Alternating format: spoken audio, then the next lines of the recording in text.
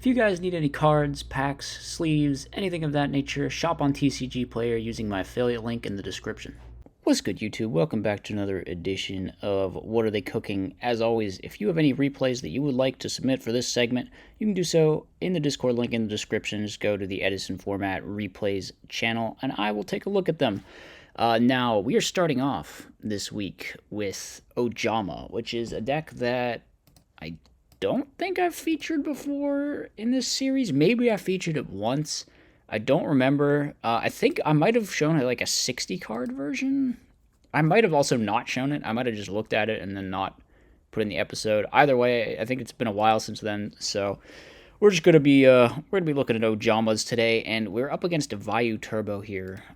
Which I think this is just Vayu Turbo. It looks a lot like Vayu Turbo. They're gonna have an Armageddon Knight. They're probably just going to tribute Kai's. Yeah, okay. They out the hamster, not so good, and then they're going to pro set their heavy, which is going to get hit by the pro set heavy. You love to see it. We're just going to go for multiple gear towns over here, getting Chimera. Yo, what?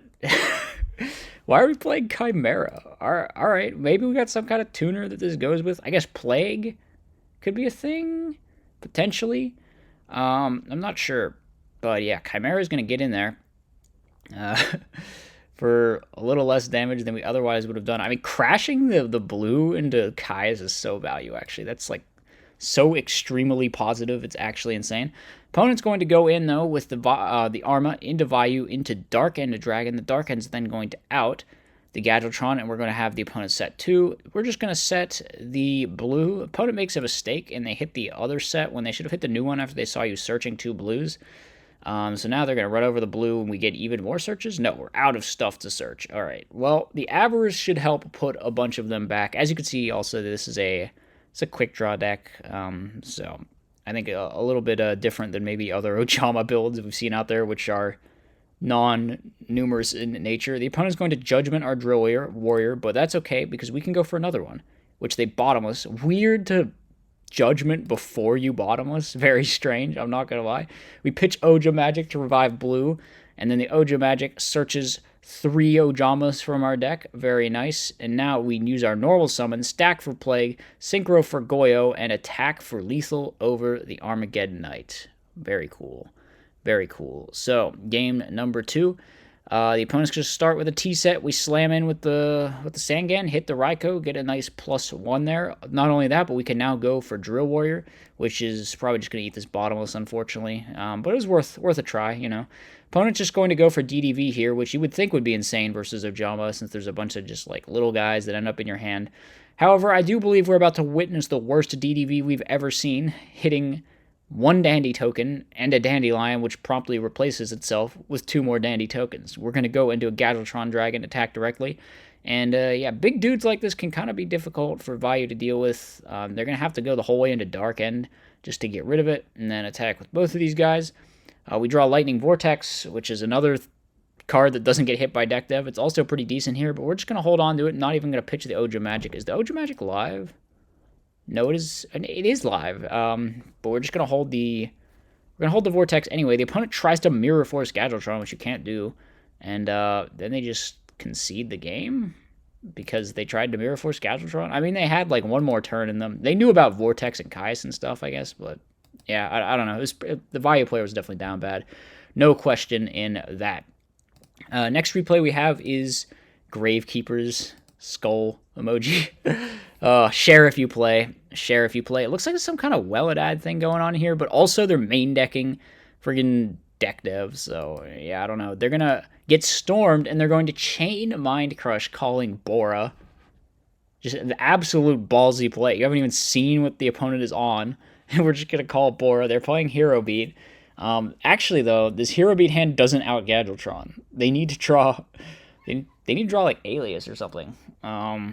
So yeah, they're just gonna go sets, flip up the Knight Assailant, and pop the set monster and attack for game. Is that really?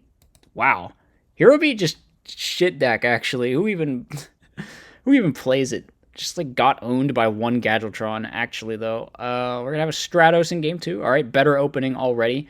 Going for Terraforming into Necro Valley, into Set Spy, Dust Shoot. Alright, that's going to take away the Deep Sea Diva. And we're going to have a Typhoon on the Necro Valley for some reason. I guess to get the Hero Blast live, but you also have a Dust Tornado. I don't know. I don't know why they did that. I don't know why they attacked the set monster. I don't know why the Hero Beat player did any of the things they did. But we're going to have a Psychic Commander beat over the Stratos, and then main 2 go into Ancient Fairy Dragon. Could also have made Arcanite there, technically. Now we're just hitting over stuff. Opponent draws a knock. We Typhoon the set. We set Judgment. We set Royal Tribute and we attack for 21. Opponent draws Deep Sea Diva, but we just Solemn Judgment that. Wow. Hopefully they don't have Miracle Fusion. And we go for the Royal Tribute with Necro Valley, and we hit nothing because we're playing against Hero Beat. And yeah, that's typically how that would happen. Now AFD is going to go for the field spell pop effect. We're going to use the Gravekeepers Commandant, which will allow us to search a Necro Valley, and then we just go for Gadgetron and attack for game. Very, I won't say cool, very Gravekeepers. Anyway, next up we have, oh my god, what is this? What am I being assaulted with? Gravekeepers and macro stun? I don't know. It's something. It's definitely, things are happening. The opponent's going to go for a Raikou to try and out the Di-Fi, but unfortunately we just flip up a macro, and now it's like, well, same position as before. What the hell are they playing, by the way? What on earth are they playing? It's like Hero Fairies? Diva Hero Fairies? What is happening here? Alright, well, Grand Convergence is going to be used. For those of you who don't know what this does, it's like a dark hole, but you can only use it when macro is on the field. And it inflicts 300 burn, just randomly. Not 300 for each destroyed, just like 300, a flat 300. Opponent's going to play into a bottomless. It looks like we're also playing Volcanics in this. Alright, okay. We're playing Volcanics. Brain Control going to be used, summoning Deep Sea Diva. Not going to use the effect to play around Rug? I don't know. We hit into a Deep Risen. Heavy Storm going to be used, met by the Chain Grand Convergence. Actually, they just had like a bunch of back row set with no protection that entire time that the opponent had Heavy in their hand. Oh my god, opponent, no. No. Why didn't you use Heavy? We're just going to flip up Macrocosmos, but we're getting the crap beat out of us by a Honest. Just every turn, poke. Every turn. Normal summon, poke. Normal summon, poke. It's going to get Fiendished. Okay, we got to really hope they don't draw an out to this Honest, which they do, but we have a Bottomless to protect. Now we're going to Synchro into... Wait a moment. You're playing 2 Rayquazas? What are you doing, opponent? Why are there 2 Rayquazas in your extra deck? Why? Alright, well, that's... okay. They're going to hit in with the Rayquazas, I guess. The friggin' Survivor just keeps coming back. We actually need to clear up a back row spot here so we can do our Wildfire Blaze Accelerator. Can't wait. So we're playing Grand Convergence and Wildfire. How many of each are we playing? I haven't actually looked at the deck, but you could play like 6 Dark Holes in this deck if you just play a bunch of Wildfires and Grand Convergences, which, I mean, they're quick play too. There's 6 quick play Dark Holes in this deck.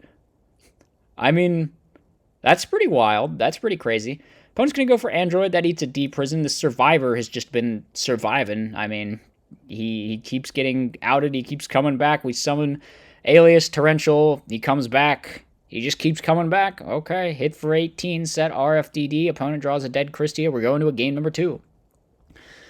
Let's see what happens here. This opening is kind of mid. We actually summon Survivor just because it plays around stuff like Bottomless Deep Prison. I don't know why the opponents set their whole hand with Gores. I mean, you could just like wait and set Phoenix Wing maybe. Well, Dust Shoot's going to resolve. It's going to take the Pesky Boy. We summon a Volcanic Rocket. It eats a Bottomless. We take 18 more. Okay, so here we have an opportunity where we could Phoenix Wing into Gores. We search Fader, though, and so we're just going to drop Fader. Alright, I guess that's a play. We go for Caius. Caius target the back row. Wildfire going to be chained. So now we're going to see yet another Dark Hole resolving. That's like, how many this match? At least 3. Maybe 4. Did we see all 3 Grand Convergences in Game 1? I feel like we did. We draw into Breaker. Breaker hits the set. It's a Phoenix Wing. We Phoenix Wing the other monster. Breaker hits in, but the Gores is finally, at long last, going to come down. I feel like the fairy part of this deck hasn't done anything. But yeah, we're beating over Gore's token, getting in, setting the Gem Spark. Cyber Dragon's going to come out. That's going to hit over the token. We set a D-Prison. Smart. We're MSTing the new one since the old one didn't do anything. And then we attack. We draw Warrior Lady. We probably just hit in. Unfortunately, the Warrior Lady's going to banish the Gores. And top deck, Volcanic Rocket. That's very good. Hits in for lethal, but we have the Battle Fader to stay alive. We're going to activate the Blaze Accelerator. And yeah, the opponent has to book to stay alive here. They can summon Alias, but that gets bottomless. They chain Gemspark. They hit that thing. We have Heavy Storm, though, into normal summon Rocket. But they've played into Herald of Orange Light, so now Don Zalug is going to get another turn. They summon out the Gilman, poke for 17, but of course Ryo's just going to out this for free. They draw into an Orange Light, not very good, and Warrior Lady is going to be enough to attack for game. So Dark Hole Turbo, stun something. Very cool, very cool. Final replay we have is, I don't know, this is just a neat match because it's between two of my favorite decks. We have Reptiles versus Rocks. I think this is just like straight out of an episode of Clash of the Jank, actually. I love both these decks so much. I really do. I really do. I think a Rock deck recently topped some IRL event, and it was super cool. It looked like a kind of Rock deck I would play in one of my videos. It's got like Gaia Plates and Gigantes, and along with Dark Callings. I was a fan. I was absolutely a fan. I might try it out on the channel soon.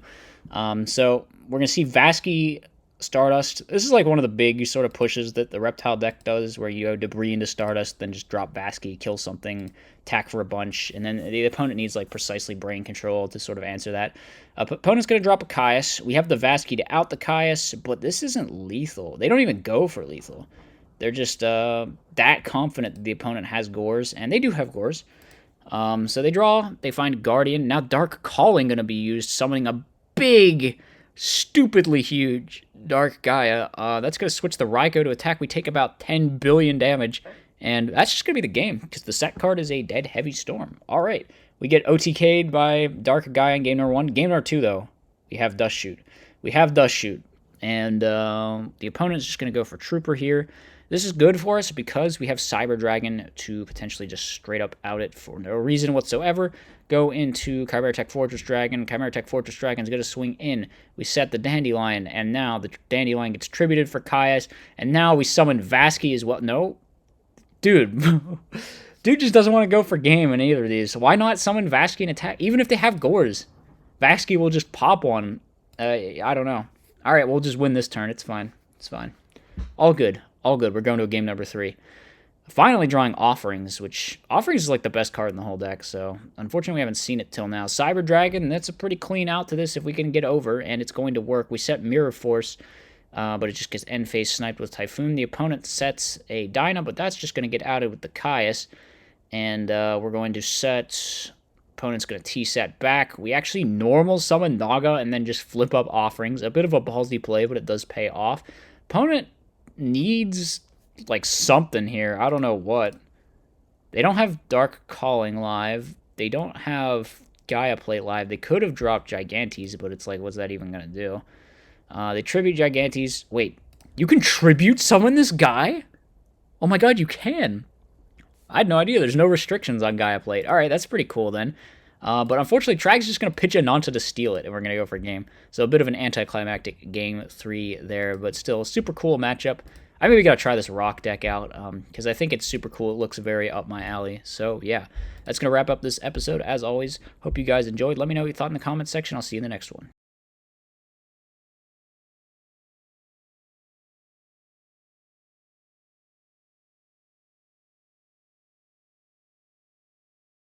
As always, be sure to like, comment, and subscribe. Furthermore, if you enjoy my content, you should think about becoming a channel member. You get access to tons of bonus content, and it's a great way to help support the channel.